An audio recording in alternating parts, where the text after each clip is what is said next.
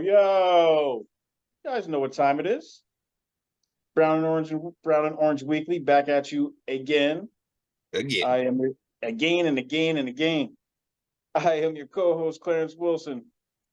With me, as always, is the man, that dude, my guy, Dean Samples. Dean, what's shaking, man?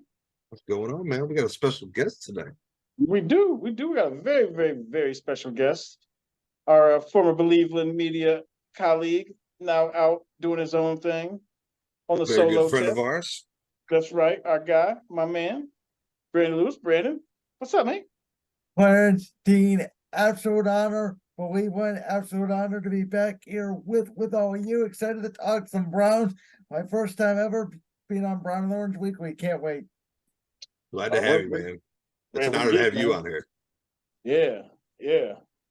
We let's dive in. One of the main reasons we wanted to get you on is because you are a man that lives in the Cleveland area, but you are not a Browns fan by trade. You are an Eagles fan. I bet you a lot of listeners were expecting you to say a Steelers fan. Threw a curveball there. He's an Eagles fan. Yes, we want to get kind of the perspective of somebody who's not a Browns fan on kind of, obviously you get the news and everything because you are local here, but I think that you're probably more in tune to your Eagles because that's your squad. So we just kind of want to get kind of your opinion on what you kind of foresee for the Browns this season, as an outsider living on the inside, I guess. A buddy of mine a couple years ago coined the term Browns Observer, which I absolutely love because, as you guys mentioned, I do still live in Cleveland. But yes, I did grow up an Eagles fan. Donovan McNabb was the first person I ever saw in a sporting event. It was the 2004 NFC Championship game against the Atlanta Falcons. The Eagles went on to the Super Bowl and then lost to Brady and crew in Super Bowl 39. So that's how I became an Eagles fan. Quick story, but my whole family are still Browns fans. So I do root for the Browns. But as Clarence mentioned, I do feel like I unbiasedly have a way of making Browns fans angry because I say exactly what I think about the Browns, which has not been too kind a lot of times over the last 20 years. But which is fair. It's deserved. Yeah. So I will say this. I think just from a national picture, you look at all 32 teams in the NFL this year. The Browns are one of top 5, if not top 3 to me, most interesting teams in the entire league because they have the pieces of a great team. You think you have a great quarterback. They have great weapons. They have a great offensive line. They have a great defensive line. They have secondary help. They have a good running back. Yet their coach is arguably on the hottest seat in the NFL. And they're in maybe, if not, the toughest division in all football. And then you go out, and obviously last year, we know what happened, the Deshaun Watson situation. Whatever your thoughts were on the entire Watson situation, it's over with now. Deshaun Watson is the quarterback of the Cleveland Browns, and like it or not, the Browns have to win this year. There is a question of what is the definition of winning, because you're in a very tough, not only division, but in a tough conference. I've heard a lot of Browns fans say this year it's playoffs or bust. I don't believe it's playoffs or bust, but I do believe it's winning or bust. If you win 9 or 10 games, but you don't make the playoffs, it may not even be your fault because of the tough conference you're in. So I think as long as the Browns are winning, as long as they're above 500, as long as there's no infighting with Stefanski and Watson and the team, as long as the Browns are trending in the right direction, I would consider that a successful season. Anything less than that, if you go 7-10, 6-11, or anything less, we all know Stefanski's getting fired. Barry is probably getting fired. And then at that point, who knows what happens with Watson and the rest of the team. So that's where I'm at on the Browns this year. Yeah, that is true. We've been talking about that for months now. If they start this season off slow and rough, I would not be surprised if Stefanski's gone before the bye week, or even like at least on a hot seat, which he already is. But that's something that's going to be burning. It's going to be I What's close. the- was I was one of those people who last year thought they should have fired Stefanski. I know a lot of people said, give Stefanski a year with Watson, etc. I just thought, and I'm glad, and I'm hearing the reports they are changing the offensive scheme. They're modernizing it towards Deshaun Watson. Stefanski last year with Watson, without Watson, with Brissett, looked over his skis. He did Yeah. not look like a head coach. He looked like he was too buried in his play sheet. And what bothered me the most, that not a lot of people are touching on this a lot, really at all, from what I've been hearing. I could never figure out last year why the Browns were so good the first drive of the game. They came out almost every single game scripted, either a field goal or a touchdown the first possession. Once teams made adjustments in the second half, the Browns were a completely different team. They could not score the ball. So 100% true. that is something that we have to watch week one throughout the season this year. Maybe they were on that Freddie Kitchens plan. Remember when Freddie was the coach and they said that the first drive they schemed that they had planned, they would always go down the field and get something. Then they said midway through the game they start running stuff they didn't even practice, and that's when things fell apart. But I don't think Stefanski was doing that, but I mean, you are right. They did look good on those first few drives, and it seems like he could not adjust, and that seems to have been something that's been an issue over the past couple years. I want to ask you this. You say that winning, so you think 10-7 is good, which you know what, I guess 10-7 will get it done, but what is the timetable, I guess, on, as you said, since they're instituting a new offense, what do you think like the curve is? How many games is it going to take for them to get this new offense in place and for it to look good? Because, as Dean was talking about, and as if they come out 2-6, 3-5, how do they dig out of that hole? And where's Stefanski sitting at that point? And that's just, and maybe that's just because of the learning curve of the offense. So what do you kind of see as how long it's going to take for them to get everything together? So I believe it almost has to click, dare I say, immediately. Because 3 of your first 4 games, and correct me if I'm wrong, but I believe 3 of the first 4 are within the division. Yeah. I know Cincinnati, at Pittsburgh, and then I believe Baltimore sandwiched somewhere in there week 4, I think, right before the bye. So those are 3 very important games. You cannot go 0-3 in those 3 games. No. 1 and 2, you're digging yourself a hole even. You're going to try to go at least 2-1. So obviously all 3, and even though the Browns have beat Cincinnati in the past, Cincinnati has still been to the Super Bowl and an AFC Championship game in the last 2 years. And it's week 1. And let's face it, week 1 of the NFL season, nobody really knows what to expect. It's kind of a crapshoot. So Right. It is. you have to take advantage, I believe, of an early bye week. And if you are sitting there 1-3 or 2-2, use that bye week.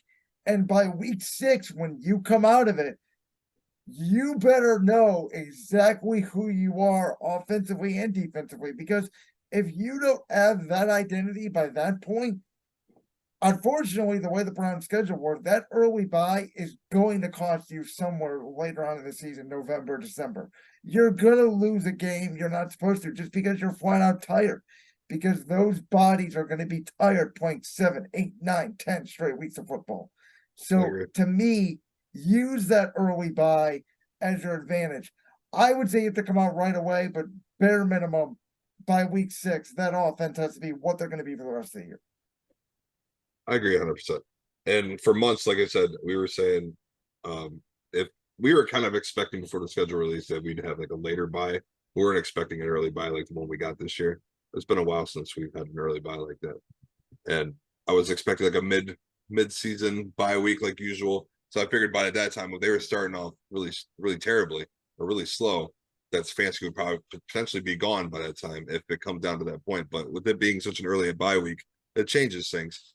But the fact that we have 3 divisional games that early in the season that are crucial, if we split them, we go 2-2 in those first 4 games, I can potentially see the seat getting warm there. There's no way I could see him getting fired by that bye week, but obviously that changes things. But unless we go winless in those first 4 games, which would be terrible. I feel like a loss to a Tennessee squad that seems to be in flux is not a good look in those first 4 games. The divisional opponents, it is what it is, man. Like a successful year in our division. Honestly, you go 500 in our division, think you're doing something because let's face it, we got Cincinnati and Baltimore, both playoff caliber squads, and Pittsburgh are just never bad, man. They're never bad. So I think I want them to be so bad. Yeah. I cannot wait for them too. just to have like a terrible, terrible year. I want them to win like 1 or 2 games, and I cannot wait for that. I want that so bad. It doesn't happen, man. It doesn't happen. They've had 3 coaches in my lifetime. I know. You gotta give them credit from the organizational standpoint. Credit what it's due, even though it hurts me to say that. They know they're a well-run organization. The other thing too is the last couple of years, and this draft, we'll see how they do this draft, but I didn't think their teams, the last 2 years I had predicted would be the first year that Mike Tomlin would finish under 500. And obviously that did not happen. They talent-wise to me are the least talented team in the North. But the crazy thing is, I was looking up this stat. Their old team depends on one player, it's TJ Watt. When TJ Watt plays, they don't lose. As much as we think, Pittsburgh's not as good as Baltimore, they're not as good as Cincinnati, and it may be true, but TJ Watt, as much as Browns fans really don't like him, he is, to me, and the stats show it, the best defensive player in the NFL. And if there's a team in 2023 that wins with defense, it's Pittsburgh. Yeah, man. They I can agree. Kenny Pickett. I wouldn't say he's the best. He's definitely in the conversation. But that's just my opinion. Maybe I'm biased. No, that's fair. No, that's fair. But I mean, you got to throw Miles in there. You got to put Donald in there.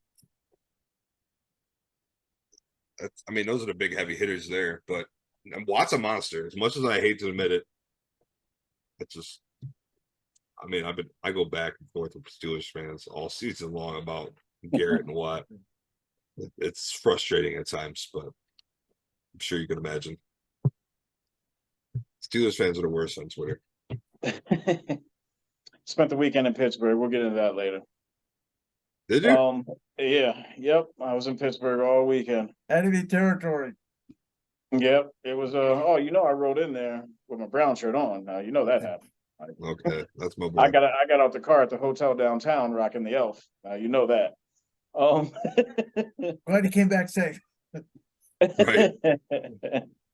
I'd have to go with the group if I went down there. Yeah, absolutely. Absolutely. So, Brandon, since I guess as the Browns overall, with the move for Watson, as you said, we got him now, no matter what you think of how it went down. I am of the ilk that it is playoffs or bust for them. And as a whole, it's Super Bowl or bust for the time that we have Watson. Do you kind of feel that it's Super Bowl or bust for them in these next 4 years, just due to the fact of the way that basically the Watson acquisition kind of tore the fan base apart? It brought negative press on us. We had people jumping off the Browns bandwagon because of everything going on with Watson. To me, when you make a move like that, that signals to me that you're trying to win the Super Bowl. If you're going to tear your fan base apart, kind of like you did, and bring this negative energy and this negative press by making this move when it was done, do you kind of feel like if they don't win a Super Bowl with Watson, it's a bust? You are in win now mode. The problem is, I took the move not so as we have to get an upgrade to go win the Super Bowl. I took the move from Mayfield to Watson as the Browns saying, we got to get a quarterback that's on the same level as the other two guys above us in our division so that we can at least compete. Do you Because feel like that was more of a desperation move? yes, because when Lamar Jackson is healthy, Baltimore is still one of the best teams in football. They had a double-digit lead the first 10 games of last season, all 10 games. Their defense blew about 3 of those, but they were the only team in the NFL to have a double-digit lead the first 10 games of the year. Baltimore is always going to be there as long as Lamar Jackson's healthy. And Cincinnati is not going anywhere with Joe Burrow. And the Browns know it, the Ravens know it, the Steelers know it. Burrow said it himself. As long as I'm here, our Super Bowl window is open. I don't think, as it presently sits, especially as we talk about the landscape of the AFC, I don't think the Browns roster yet is a Super Bowl roster. I do think if you were in the NFC or another conference, it's a playoff roster. I think there needs to be at least one more addition of another wide receiver. I think it needs another defensive tackle, argue another safety and or corner. So in a couple years, Clarence, absolutely. Presuming that they build up the roster a little bit more, yes. For this season, no. That's the way I'll answer that. Okay. I feel like we definitely. I feel like we could use another linebacker, a solid linebacker as well. They have not spent anything on that position really. Like, I mean, they just No. brought dudes back, but been talking about this for a while. Where's our thumper? Where's our linebacker just to crush people? I feel like we're gonna find one this year. So- A surprise thumper. So I feel I like will tell Schwartz you is gonna- guys, because obviously Jim Schwartz was the defensive coordinator in Philadelphia for 5 years. In those 5 years, the Eagles did not put barely, if any, resources into the linebacker position. And Schwartz played the least amount of base 4-3 defense in the NFL during those 5 years. He Okay. will play a lot of nickel and dime. They will use a lot of safeties. While you're seeing the Browns have 3 or 4 starting caliber safeties. Essentially, they play. I'm going to expect the Browns to play a lot of big nickel, which you're going to use 1 or 2 linebackers and a third safety to substitute out that other linebacker. Almost a heavier, quicker type player. You may get exposed a little bit more against the run. But the idea, I think, is in a conference where you're going to be facing all the great quarterbacks that aren't going to be able to run that much anyway, you're hopefully going to be able to stop the pass more if you have more defensive backs on the field. That's true. What is you obviously you're an Eagles fan, so you're familiar with Schwartz's game. What is your honest opinion of Jim Schwartz? I love Jim Schwartz. I do think too. Jim Schwartz is the perfect coach for Myles Garrett. Because I do think, and we talked about Myles Garrett is one of the best defensive linemen in football. Sometimes, and I've always said this about Garrett, since the Browns drafted him number 1 in 2017, you can see it. There are plays, there are series, there aren't even games sometimes. Where the hell is Myles Garrett? Yeah. He gets his 1 sack or his And 1 he's tackle, non-existent. He's like nowhere to be found. and that's it. And that's why I think many people in the national media almost overlook Garrett because of the fact sometimes he doesn't even show up for the game, it feels like. Schwartz is not going to take that. Schwartz is all business. Schwartz is all discipline. And Schwartz will rotate those defensive linemen. He wants 8 guys, 2 waves. He wants essentially 2 starting units of defensive line talent. Now, whether he has that on the roster, we'll see. But he does not blitz a lot. He plays a lot of man coverage, a lot of front 4, and it's on those defensive linemen to get to the quarterback. And I feel like that's going to be, like you said, that's going to be great for Myles.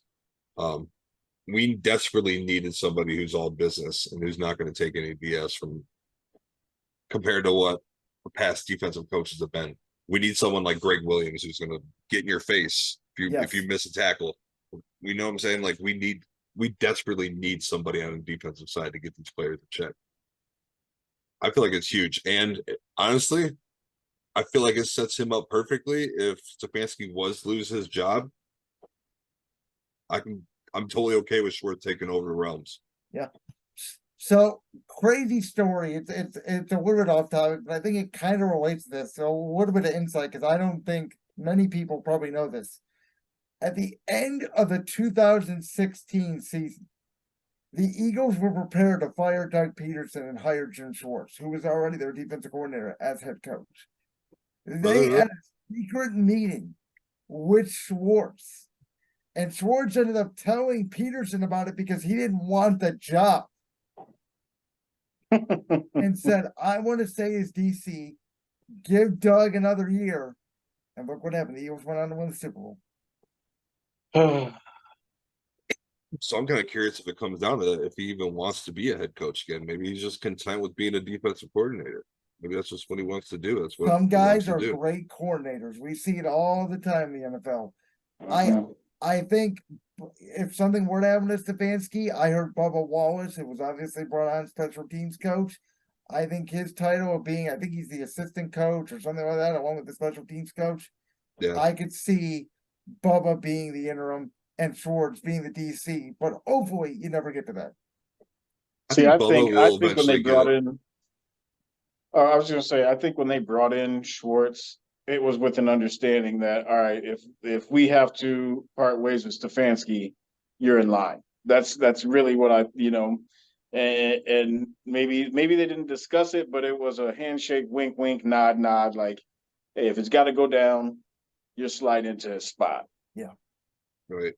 But I've been following Bubba for a while too. I think he will eventually get an opportunity to be a head coach, or at least like maybe an assistant coach, or you know what I'm saying. I think he's going to do great if he ever gets that opportunity. He seems like one of those guys. He knows his shit. He's very talented. He could tell he's a no BS type of person too. And I feel how like many games did the Browns lose last year because they gave up bad punt returns, bad kickoff so returns? many. Special teams was awful. I mean, people they only want to talk about offense and defense. You know how many games you lose or win when it comes down to field position and or a kick? Most NFL games are decided nowadays by 3 points. We talk about all we want, offense, defense. Most games come down to a literal field goal kicker trying to put a ball for the net. It's true. It's true. Yeah, between the special teams gaffes, especially against the Jets, but we ain't gonna talk too much about that. And just the poor run defense that just they're gouging us. Do you think that with what AB has done, do you think that the Browns have majority of the pieces up front? Because I know you said you thought they could add a corner.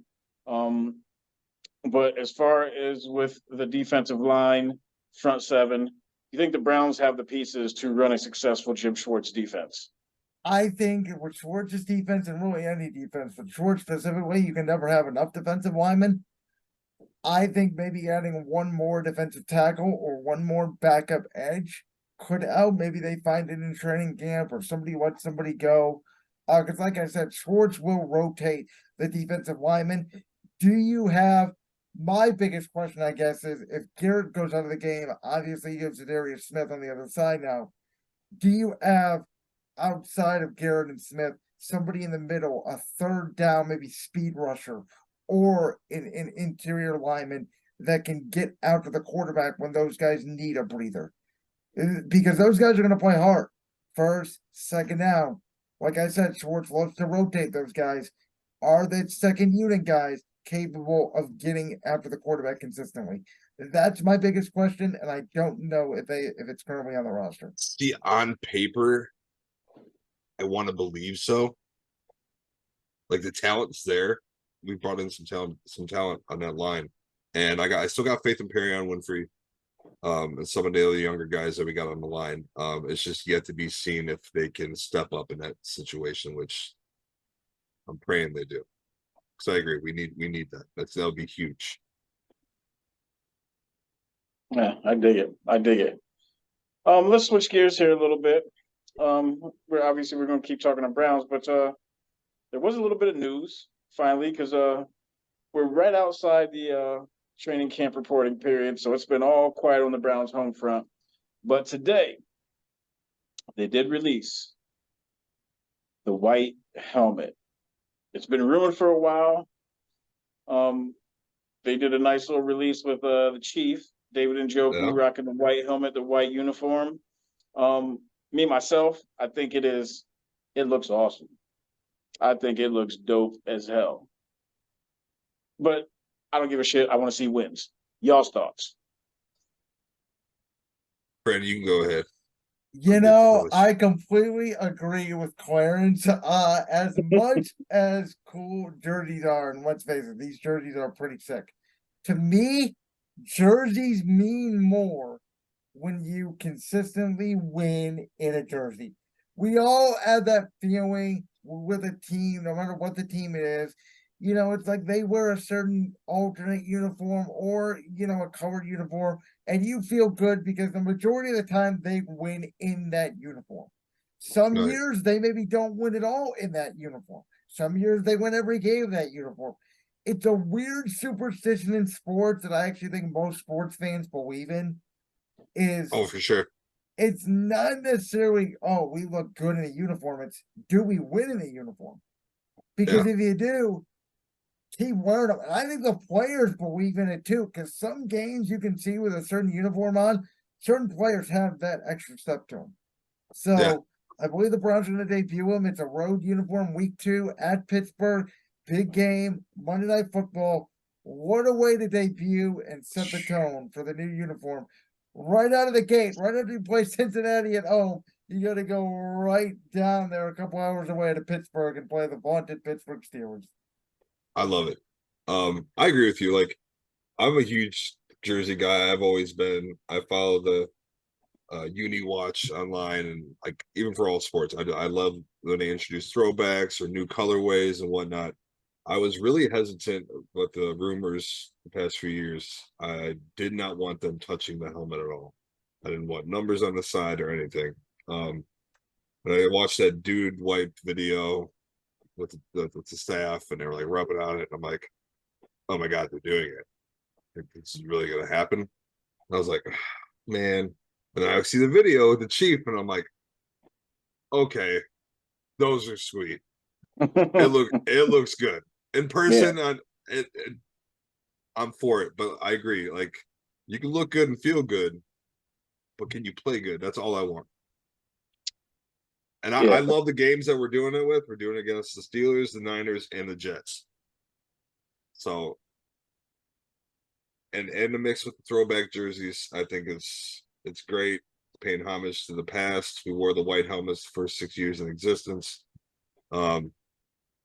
Despite what the Bengals may think, saying that we stole their look, man. they're out the damn minds. But I'm about it. Just win, please. Yeah, just win. But they those things are And clean fire. though. They cleaned up. Yeah, them things are super fire. Those things are super dope. I was like, ooh. Yeah. Our biggest opinion of those uniforms will come during that Jets game because I believe it's week 17. It's very possible. I know that's a Thursday night game. I don't want to look too far ahead. All I'm going to say is very possible. Those could be two teams battling for the last wild card spot potentially in the AFC. Yeah. It's true. I can't see those helmets looking good with any other colorway. I don't think it would look weird with the brown jersey or the orange jersey. Yeah. I think the I all whites agree. just I agree. that's the way to go. I agree with that. Your Eagles are bringing back the Kelly Greens. Yeah, I'm about yes, that. they are. They have not worn them since week 1 of 2010.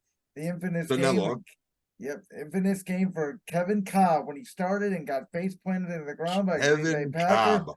Michael Oh Vick my. comes in, and the rest is history there with that started the Michael Vick era in Philadelphia with Andy Reid.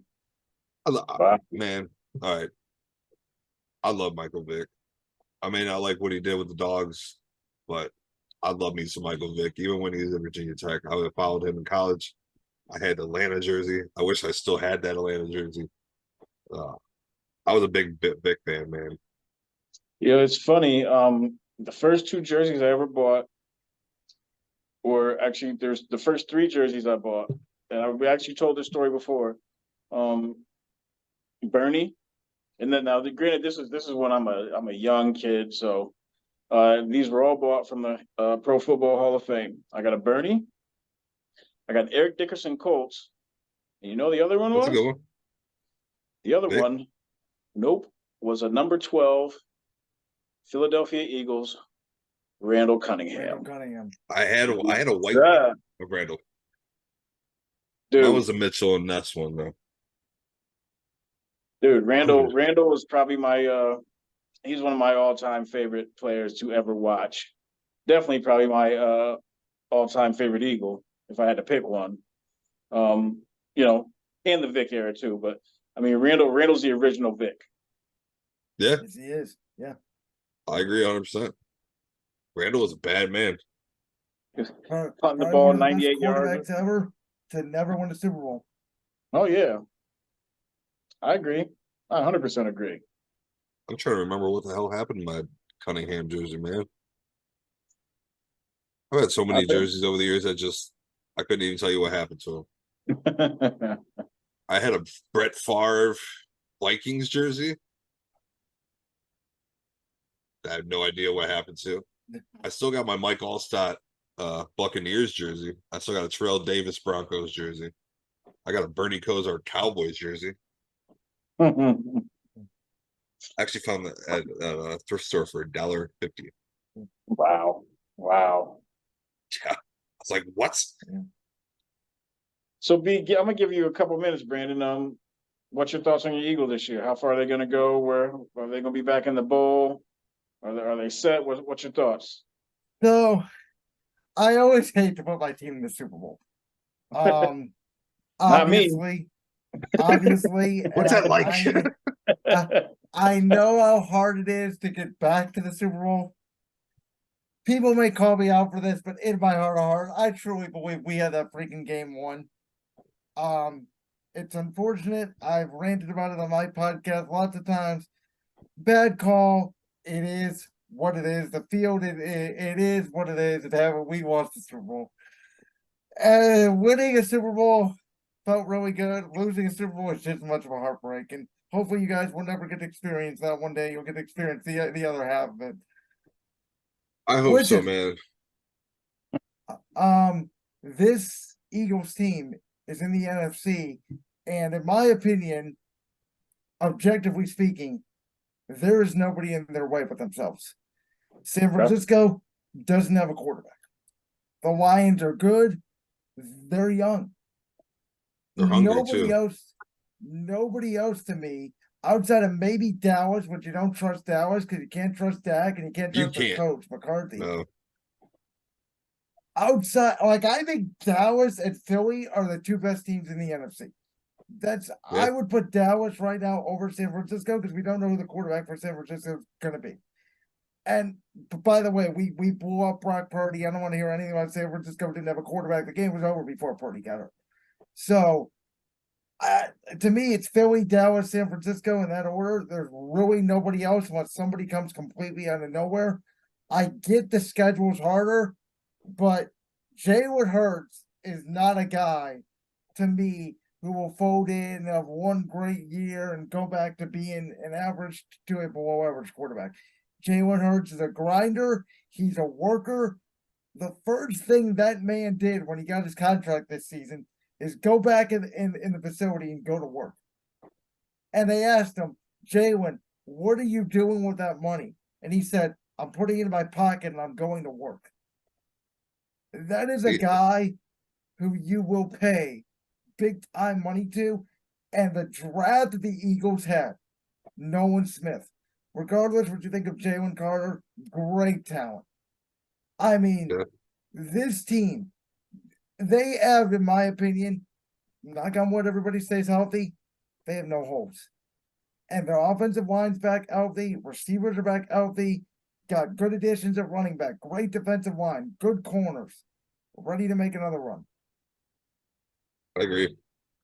It does appear that there's really nobody that could stop them. No one. You can't trust Dallas. You don't know how Green Bay is going to be. They're going to fall Lions, off. like you I said, think are they're going to hungry. fall off. Do you have any surprise teams that could come out of nowhere and be a contender, you think? A In the NFC? legit contender in the NFC, I don't So- think so. There are Like a some people that are surprise? saying the Saints, and I don't buy the Saints that much. I just don't get the Camara, Michael. I don't know what I'm going to get from the Saints. Yeah. I like Carolina. I do like Bryce Young. I think they're going to be a better team. I think they're going to be a playoff team. Don't think they're going to be a legit Super Bowl contender though. I don't trust Kirk Cousins in Minnesota. No, they'll think be the- there come playoff time, but they're not going to go far. I think the Rams are old and falling off. Yeah. I mean, I'm kind of curious to see what happens. Denver, maybe. yeah, I mean, if you go to the AFC, I think Denver it could be a little bit of a surprise. I really like Denver is Miami AFC, a I mean. lot. I do really like the Dolphins. I think if Tua is healthy, the Dolphins are a legit Super Bowl contender. I think Miami has a better roster than Buffalo if Tua is healthy. That's just my personal opinion. There's a lot of teams that are really good. And like I've been saying, it's the whole thing of the podcast. Unfortunately for the Browns, they're almost all in that AFC. Yeah, Denver is AFC West. There You're has tripping. never been in my lifetime the quarterbacks in that conference: Allen, Tua, Mahomes, Burrow, Herbert, Watson, Lamar Jackson, Trevor Lawrence. I know I'm missing a couple in there as well. Heck, even Vegas has Jimmy Garoppolo. All he does is win. Even if he's not that good, all he does is win. So you got teams that are going to be average to below average are going to be like fourth in their division. Yes, AFC is wild. AFC is wild, and of course, out of all the wildness, we play in the toughest division. There's got three, well, for sure, two Super Bowl contenders, and again, like we said earlier, Pittsburgh always plays tough. So it's going to be a hell of a season. There is a scenario, though. I'll say this: it's kind of silver lining for the Browns. There is a scenario. We talked about all these teams; they all beat each other up. So if you can take advantage, like we think a 10 or 11 wins might not get in, there's a possibility if you beat each other up, 9 wins may not get in, or that last seed could be 9 and 8. So there is. You remember when the Seahawks got in with 7 wins? Yeah. So win the games you're supposed to win, and go 500 against your division, and then you're probably somewhere around, let's say, 8-6, maybe 9-5, and see how the rest of the season plays out. That's the way I would look at it. That's fair. I know you're scared about Baker Mayfield and the Buccaneers. I actually think Tampa is going to be better than people think. I think Really? Baker's going to actually have an okay year. The way I see it, these are the best receivers he's ever played with. Unless Tampa wants to go full tank for Caleb Williams, which is very possible. They may do that. But if they're going to try to win games, the pieces are still there. They got to fix some stuff. Yeah. They got to get younger on defense. But it's not like they're a complete trash team. I'm surprised you said Baker's going to do decent. I was totally being sarcastic. I still can't believe I just thought the Broncos were in the NFC for some reason. I'm looking at the AFC West. I'm like, I think it's just because they're out west. I'm just like, Yeah. NFC. I mean, Geno Smith came back from 10 years ago last year and popped off. So I guess anything can happen, right? That's still Geno. mind-boggling to me that him have the season he had last year. I'm happy for him, but that came out of nowhere. And if anybody, I wonder if anybody put any money in the beginning of the season that Geno Smith would be successful. What the odds were on those bets? Somebody crazy did, I bet. Oh I yeah. guarantee it. Oh yeah. I would never have guessed that in a million years that Geno would have the season he did. Before the season, I thought Seattle was going to get the number 1 pick in the draft. I did too. I thought they were done once. I thought they were going to go 1-16. I gave them 1 win. I thought they were going to be the worst team in the draft. I thought they were going to tank for a quarterback. No, they just made the playoffs with Geno Smith. And then at Jackson Smith and Jigba, who was the best receiver in the draft. Crazy. Wow. Crazy. Wow. So we have joint practices this year with the Eagles. Yes, you do. I think that's going to be good for us going against the type of caliber team that you guys are. but I want to know what your thoughts are on it, and how do you feel about joint practices as a whole? I absolutely love it. I've been the advocate of get rid of the preseason. We don't need it. It's a scam to get fans in the building. Players don't like it anymore. Coaches don't like it anymore. The preseason, the Eagles will use the preseason for third and fourth stringers. You may see Jalen Hurts play a drive in the first game. That's it. If that I will promise you, both Stefanski and Sirianni will get together before the 2 days of a scrimmage. It will be more of a test than the preseason game itself. The Eagles take those preseason games, or not the joint practices, like they are regular season games since their Sirianni's been there. It is physical. It is tough. It is 100% go for the throat in a clean atmosphere. And I think the Browns, who obviously invited us to come to Cleveland last year, I thought that was really good for both teams. Reading from both reporters' sides, sounds like each team, did very well, both offense and defensively. I'm very excited to see the competition that comes from those joint practices. I think they're great. I think more teams should do them. And like I said, I think they should replace the preseason games themselves. I agree with I the agree whole with that. preseason. I definitely agree with that. Or at least drop it down to 1 or 2 games in the preseason. Yeah, That's like it's a final silly. dress. You know what I'm saying?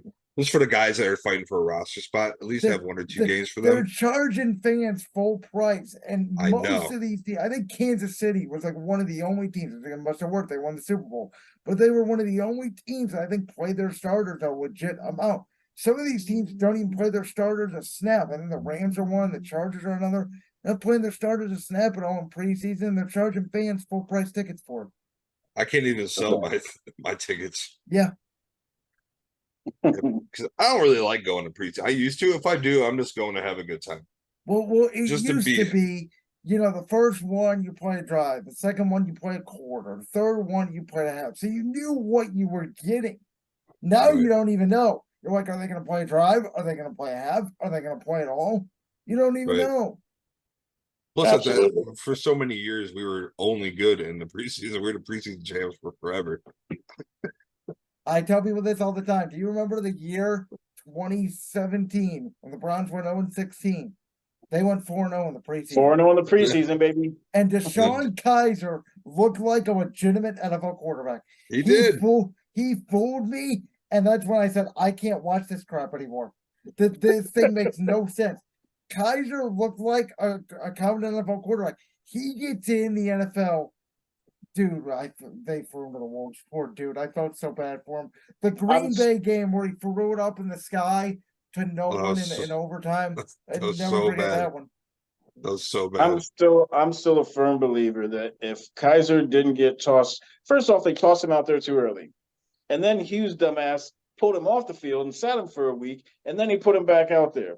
Yeah. I'm not saying that Kaiser this would ain't have been baseball, good. dude. You're just like, Yeah. you can't do that. I'm not saying that Kaiser would have been good, but I think he would have been serviceable somewhat if he just didn't get mind. And I'm gonna drop my dollar in a tip jar. If he didn't get mind fucked the first year from Hugh, Yeah. just yo-yoing the kid around. The other thing too is they didn't have a veteran quarterback as a backup. Nope. They Kevin Hogan. Kevin Hogan. How do you bring in? I believe was he a rookie or he was second year? He was a very young quarterback as well. How do you have your 2 starting quarterbacks on the roster at most in your second year? It's just a comedy of errors that entire season. Before we get out of here, I want to get you guys' opinion on something because I've been thinking about this. Actually, I've been thinking about this for the last, I'd say 5 to 8 years. Okay. There's beef right now with the running backs in the NFL. I'm very excited for this conversation. Yeah, I am from the school of, I watched Mike Ditka give away his entire draft for Ricky Williams. I watched Dallas trade everything they had to pick up a Herschel Walker. Running backs were a key part of the game. And what's going on right now is a market correction, which I understand, but I think people's feelings are hurt just because of the simple fact that it's out now that as a running back, that team is going to beat the shit out of you for 2-3 seasons. Yep. and then And then they're going to let you go. And I think Yeah. that's messed up. I think that's messed up. They're not going to try and pay these guys. But it's also like this almost like these guys, they're expendable, and we don't give a shit what happens to them after. And I think that's why they're feeling this way. What are your guys' thoughts? Especially because coming up with like we've got Nick Chubb on the roster, and I know that Philly had my guy who's Miles Sanders. yes, Sanders, who I thought was a decent running back. That they were just like, move on, son. Right. So, what are your guys' thoughts? I have always like I grew up watching that too, where we've seen all these teams have all these star running backs and spending several years, most of their career, being there in one team and like what I'm saying, like building a team around them. They're viable parts of this offense, and then 20 years of not having a damn running back until we get Chubb, basically. I always wanted that, and I'm thankful that we're not doing that to Chubb right now. What's going to It's kind of happen? messed up, and I'm sure it will. I'm not ready for it. It's I don't think it's fair to the guys, and from a player's perspective, I can see them not wanting to give their all to a franchise. Like the loyalty's not there anymore in this Yep. league. It's not, unfortunately, and I don't know, man. It's tough. Like I feel for the running backs. It's like they have a 2-3 year shelf life, and it's just I can see why they feel disrespected. I think it's just because so many teams are using running back committees and they're still productive with these committees. It kind of forced the landscape of that to change to what it is, and it's unfortunate, but I don't know, man. I'm kind of So on the fence. this is where, for the first time on podcast, I'm going to completely disagree with both of you. I did a topic on this actually tonight. Before we came on here, I recorded my podcast for this week on Thursday, talked about this.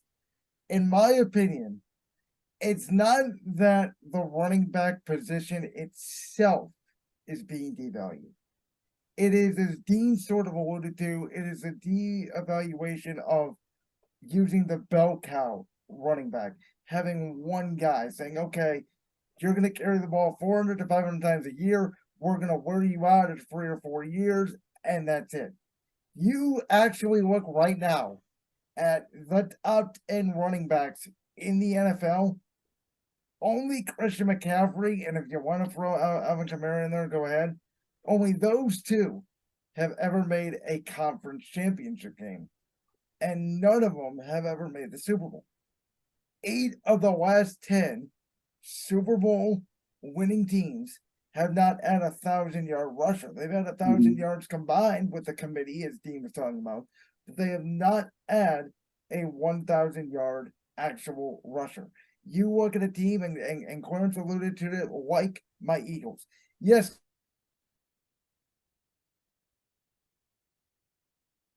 Sanders makes more money this season than Rashard Penny, DeAndre Swift, Boston Scott, and Kenneth Gainwell. Those are the 4 backs on the Eagles roster. Those 4 backs combined make less than what Miles Sanders got this year in Carolina. And I think the running back position is turning into more scheme than this player. And I think that the player, as a good running back, you have to accept, like, hey, I know my shelf life is only going to be 3 or 4 years potentially. So let me do as great as I can, because most running backs, if you're getting the ball a lot, you either have a bad quarterback or sometimes even both, now a bad team or an average team. What happened to balance though? Because I guess like I know the league is moving towards passing. I mean, it's been this way it started this way with Greatest Show on Turf, and it's just progressed its way into a crazy passing league. But I still feel like you've got to have, unless you've got Mahomes, you got to have balance because Mahomes is the only guy doing it like he is and winning Super Bowls without a key stud running back or something like that. Because we kind of talked about it on Brandon's World. You've got Josh Allen. He is the Bills running game. He Yeah. That's it. He is the Bills running game. But it doesn't seem to me. It seems like you can't win without that kind of balance. And then if you have a great running back, again, I know that like they're going to beat the hell out of him. But I feel like if you got a guy, you got to maximize your window right then and there with that guy, because I think once you lose that balance, unless you have that Mahomes type guy, then what are you doing? Like, Right. and I will say the committee, I definitely get that. You want to have a basher and you want to have a change of pace guy, but I just kind of Right. feel like Sometimes it I works, feel like the running sometimes it backs are being doesn't. treated like meat. They're being treated like a piece of meat, and like I said, they're going to beat the hell out of you and cast you aside. And not only is that what And they're then doing, but they're telling you that's what they're going to do. yeah, and then like half the time it's like it's hard for those players after they get beat up and tossed to the side to get another opportunity anywhere. And it's just like that's the part I don't like. I mean, I get the whole So, committee thing, and I guarantee you the running backs combined are going to have a more productive year than Miles is going to have for you guys. But like when you have a once, I don't know if I would say Chubb's like a once in a lifetime talent like that. People like Chubb don't, and they're like Derrick Henry, they don't come around very often this day and age as far as running backs. When Dean, you get one like that, you gotta, I don't know. I guess it just depends on the talent who. It's weird. I'm on both sides of the fence here. I'm gonna put it this way, Dean. When Clarence came on my podcast last week, I told him if Deshaun Watson has the year, if he goes back to Houston, Deshaun Watson, the Browns are a really good team, and they make the playoffs, you move off Nick Chubb. And you trade him and you go find either another receiver or another great defensive end or another great corner or another great lineman. You go find something because if you have a great quarterback, you're not going to put the ball in the running back's hands. No matter how great Nick Chubb is, if you have a great quarterback, you're going to put the ball in his hands. And that is the only way in today's NFL you're going to win. And Clarence, to your point of balance, I don't think it needs to be 50-50 pass run split anymore. I think you need to be about 60-40 pass or 65-35 pass because that's the way the league is going. Because as we talked about, right? Mahomes, Allen, Burrow, Hurts, Herbert, whatever quarterbacks you want to put in those situations. Why are those teams winning? Because they have the great quarterbacks and they're throwing 2/3 or even 70% of the time. That's fair. Maybe I'm being completely biased because I said I've been wanting a franchise running back for so long, and we finally got him that I don't want to let him go. Right? We suffered through the years of Reuben Jones and I Ben. totally get it. Like I said, maybe I'm just being biased. And don't get me wrong, I love my running backs. I think Nick Chubb's fun to watch. I think Derrick Henry's great. I think Jonathan Taylor's great. But you look, and again, as I said, not all, but most of the backs that are the top backs we think of in the league, they're either not making the playoffs or they're one and done in the playoffs. I'll tell you Sure. one thing: I'm not drafting Jonathan Taylor in fantasy this year. He burned me last year. Whew. You playing some fantasy this year, Brandon? I am. I got a league starting up of my own. Excited, first time ever being a full commissioner of a league. So I'm Nice. excited. I know our draft order this year is going to be random, so I don't know. Speaking of running backs in fantasy, though, I will say this: I think Bijan Robinson could potentially be the best pick in fantasy football this year. This is my prediction. That's a solid pick too. That's That's a it. solid pick That's it. for sure. Well, we appreciate having you on, man. We thank you for the Browns Observer takes that you gave, Browns adjacent. Get your plugs in, man. Get your plugs in. So you guys can follow me on Twitter if it's not going to hell yet at Brandon Lewis _7. You can follow my show Twitter at real_viewer. I record every Tuesday and Thursday.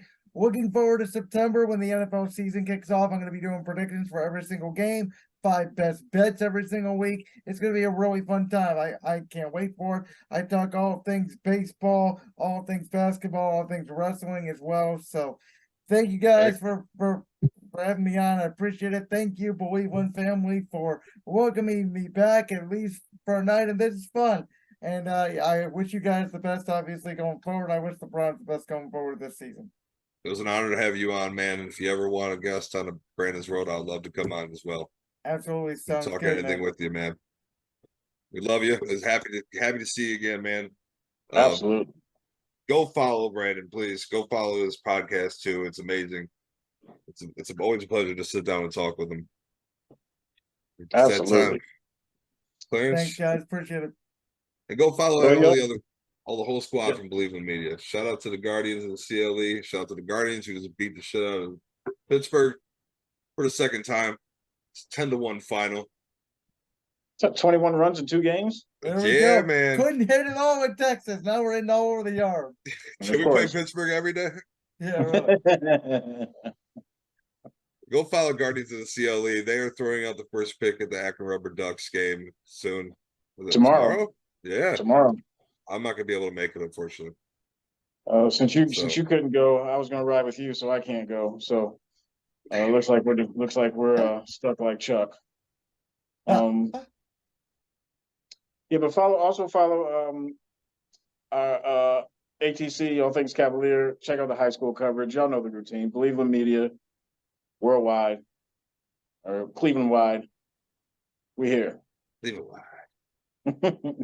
Well, we appreciate you guys. We'll see you guys next week on another episode of Brown and Orange Weekly. Once again, thank you, Brandon, for being on the guys. It's an honor. You guys. You take care, brother.